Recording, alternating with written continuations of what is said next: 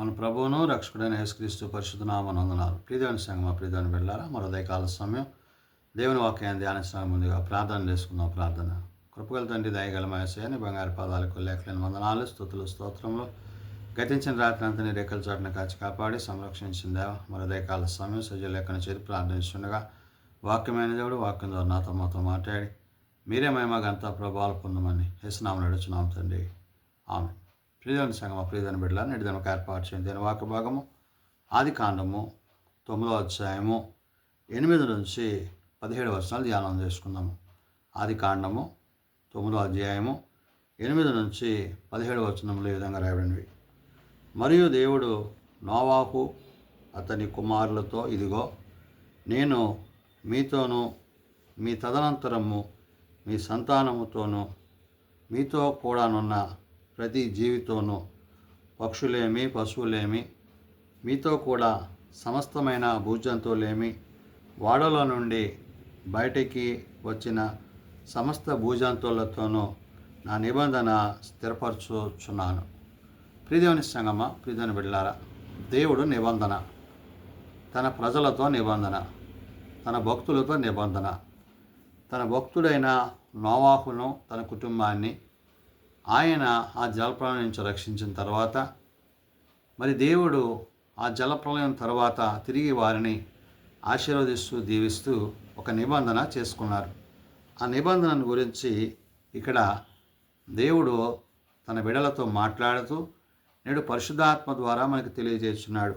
అందుకని అంటున్నాడు, మరియు దేవుడు నోవాహును అతని కుమారులతో, ఇదిగో నేను మీతోను మీ తదనంతరము, అంటే మరి నోవాహు తదనంతరము బిడ్డలను ఆశీర్వదిస్తూ దీవిస్తూ ఆ దీవెనకరమైన దినాలు మీరు కలిగి ఉండాలనే విషయాన్ని దేవుడు అక్కడ గుర్తు చేశాడు. అందుకనే మీ సంతానముతోనూ మీతో కూడానున్న ప్రతి జీవితోనూ అంటాడు. అంటే ఎవరైతే ఆ ఓడలో ఉన్నారో ఆ ఓడలో ఉన్న ఈ కుటుంబము కాక సమస్తమైన జీవులన్నిటినీ కూడా దేవుడు ఆశీర్వదిస్తూ దీవిస్తూ వర్ధిల్లజేస్తూ వాటిని వాటి ఉత్పత్తులను బట్టి వాటిని కొనసాగిస్తున్నాడు.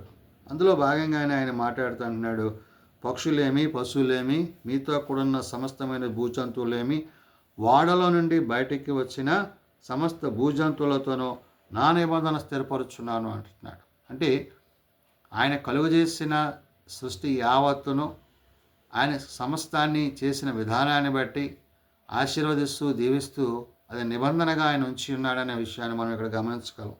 కాబట్టి దేవుడు తన బిడ్డలతో అంటున్నాడు, నేను మీతో నా నిబంధన స్థిరపరచుదును, సమస్త శరీరులు ప్రవాహ జలముల వలన ఇకను లయపరచబడరు, భూమిని నాశనము చేయుటకు ఇకను జలప్రవాహము కలుగుదని పలికెను. ఇక నేను మళ్ళా అలాంటి జలప్రవాహాల్ని, అలాంటి ఉపద్రవాల్ని నేను తీసుకురాను, అలాంటి పరిస్థితులు లేకుండా చేస్తాను అని చెప్పి ఒక ధైర్యాన్ని మరి దేవుడు నోవాహును తన కుటుంబానికి ఉన్న సమస్తానికి తెలియజేస్తున్నాడు. ఎందుకని ఆ మాటలను అక్కడ దేవుడు మాట్లాడాడంటే, ఆ పరిస్థితులు మరలా రాకుండా ఉండాలంటే మీరు దేవుని యందు, వాక్యమందు, దేవుని మాటలందు భయము కలిగి భక్తి కలిగి మీరు జీవించాలనే విషయాన్ని దేవుడు అక్కడ వారికి గుర్తు చేశాడు. కాబట్టి మరియు దేవుడు నాకును మీకును మీతో కూడా నున్న సమస్త జీవరాశులకును మధ్య నేను తరతరములకు ఏర్పరచుచున్న నిబంధన గుర్తు ఇదే అంటున్నాడు. అంటే ఒక నిబంధన గుర్తుని దేవుడు ఆనాడు నోవాహు కుటుంబంతో పలుకుతున్నాడు, నేడు సార్వత్రిక సంఘానికి చెప్తున్నాడు. అంటే ఒక నిబంధన, దేవుని యందు మనకు ఉండవలసిన ఆ ప్రేమ కనికర కృపలను మనం కలిగి ఉండాలి. ఆయన మనల్ని ప్రేమించి తన ప్రేమ చేత మనల్ని రక్షించిన విషయాన్ని ఇక్కడ వాక్యం ద్వారా గుర్తు చేస్తూ అంటున్నాడు, మేఘములో నా ధనస్సును ఉంచితిని, అది నాకును భూమికిని మధ్య నిబంధనకు గుర్తుగా నుండును అన్నాడు. అంటే ఏది, మరలా నేను జలప్రలయం రాకుండా, ఈ విపత్తులు రాకుండా, మీకు ఎట్టి శోధనలు లేకుండా మిమ్మల్ని కాపాడి మిమ్మల్ని సంరక్షిస్తానని మరి నోవాహు కుటుంబంతో పాటు ఆ జీవరాశులన్నిటికీ దేవుడు అక్కడ ఒక నిబంధన గుర్తునుంచాడు. ఆ నిబంధన గుర్తుని అది మేఘమందు ఆకాశమందు దేవుని ఉంచాడు. అందుకని ఆయన అంటున్నాడు, మేఘములో నా ధనస్సును ఉంచి తిని, అది నాకును భూమికి నీ మధ్య నిబంధన గుర్తుగా అన్నాడు. అంటే పరమందు ఉన్న దేవునికి భూమి మీద ఉన్న మానవులకి నిబంధనగా ఆ మేఘమందున్న ఆ యొక్క ఇంద్రధనస్సు, ఆ ధనస్సు ఏదైతే ఉందో దాన్ని దేవుడు ఏర్పాటు చేసి ఇదే గుర్తు అనే విషయాన్ని దేవుడు వారికి తెలియజేశాడు. భూమిపైకి నేను మేఘమును రప్పించినప్పుడు ఆ ధనస్సు మేఘములో కనబడను అంటున్నాడు. అంటే భూమిపైకి అంటే అంటే ఎప్పుడైతే ఈ మేఘము, ఎప్పుడైతే ఇది పరమునకు అది ఆకాశం వైపు వెళ్తుందో ఆ సందర్భంలో ఆ ధనస్సు మేఘములో కనబడుతుంది అని చెప్తూ, అప్పుడు నాకును మీకును సమస్త జీవరాశుకును మధ్య నున్న నా నిబంధనను జ్ఞాపకము చేసుకొందును గనుక సమస్త శరీరులను నాశనము చేయుటకు అలాగ ప్రవాహము నీళ్లు రావు అంటున్నాడు.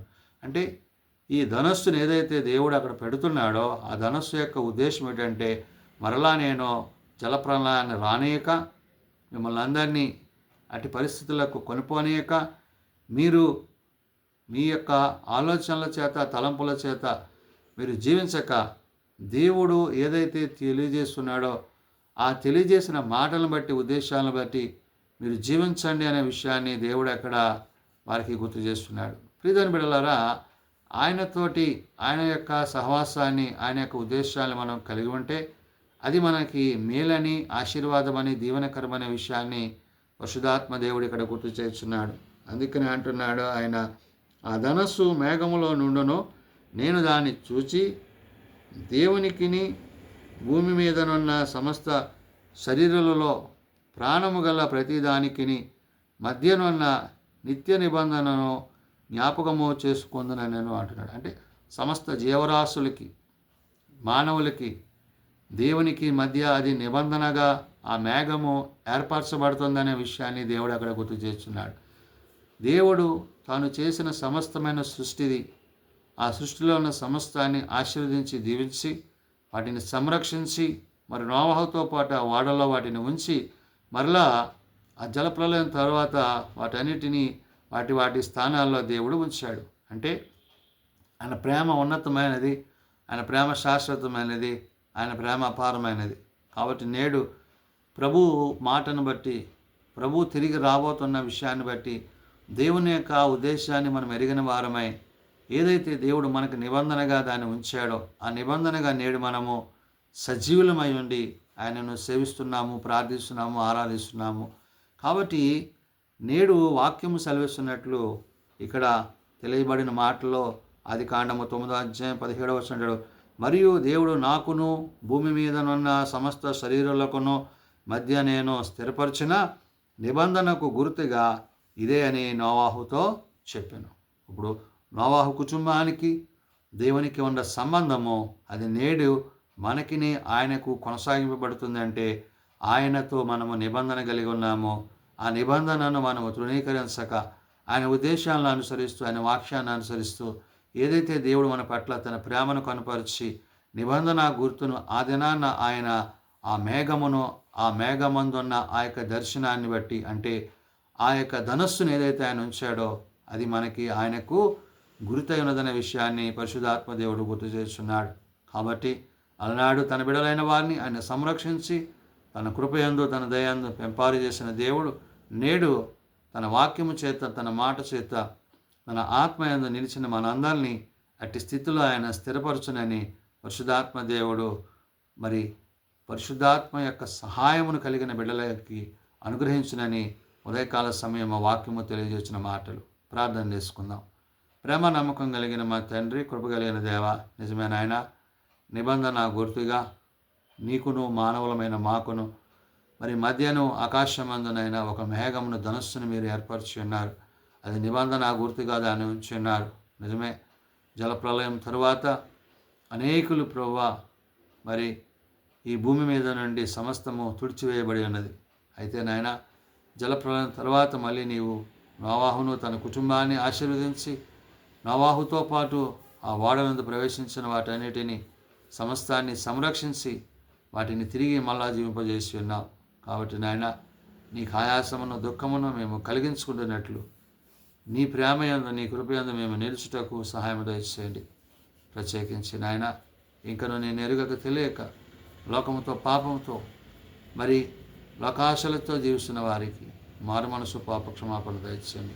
ఇంత గొప్ప రక్షణ నిర్లక్ష్యము చేయక నీ వాక్యము చేత నీ వాక్యము ద్వారా నేను మేము స్థిరపరచబట్టకు సహాయం దయచేయండి. చిన్న బిడ్డలు, యవనులు, పెద్దలు, వృద్ధులు ప్రతి వాని తరగతులు చొప్పున ఆశీర్వదించి దీవించి మీరు అక్కడికి మమ్మల్ని అన్నీ సిద్ధపరచమని యేసునతను ప్రార్థించి వేడుకొంచున్నాం తండ్రి. ఆమేన్. పరలోక బంధన మా తండ్రి, నీ నామం పరిశుద్ధపరచబడగాక, నీ రాజ్యం వచ్చుగాక, నీ చిత్తం పరలోక బంధన నెరవేర్చినట్లు భూమి మీద నెరవేరుగాక. మానదనాడు మాకు దయచేయం. మేము అపరాధం చేసిన వారిని మేము క్షమించిన ప్రకారం అపరాధం క్షమించము. శోధనలో తెగాల్సిన తప్పించము. రాజ్యము, శక్తి, మహిమ నిరంతరము నీవే నావు తండ్రి. ఆమేన్. మన పరమతమైన దేవుని ప్రేమ, ప్రభువైన యేసుక్రీస్తు కృప, ఆదరణకర్త అయిన పరిశుద్ధాత్మ సహాయము సదాతోడండి సంరక్షించనుగాక. ఆమేన్.